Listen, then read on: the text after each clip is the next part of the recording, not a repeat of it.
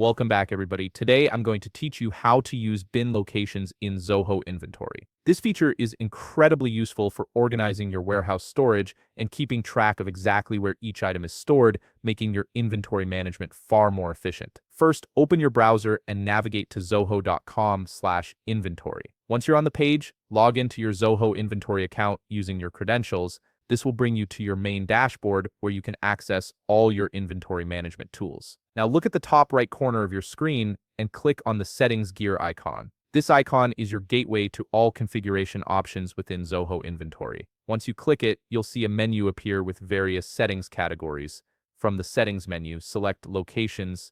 This section is where you manage all your warehouses and storage facilities. Here's where we'll set up the bin location functionality that will help you organize items within specific areas of your warehouse. Next, you have two options. You can either click Add Warehouse to create a brand new warehouse, or select an existing warehouse where you want to enable bin locations. Choose the warehouse that you need to organize with bin locations. Now hover your mouse to the rightmost part of the warehouse entry. You'll notice a drop-down button appear. Click on it, and from the options that appear, select Enable Bin Location. A new prompt will pop up on your screen. Go ahead and click on Enable to confirm this action. Your page will refresh automatically, applying the changes you've just made. Once the page reloads, you'll notice a new option called Associated Zones has appeared. Click on the entry below this option to proceed with creating your bin locations. From the top right corner of this screen, click the plus New button. This will open up the interface where you can create a new bin location within your warehouse.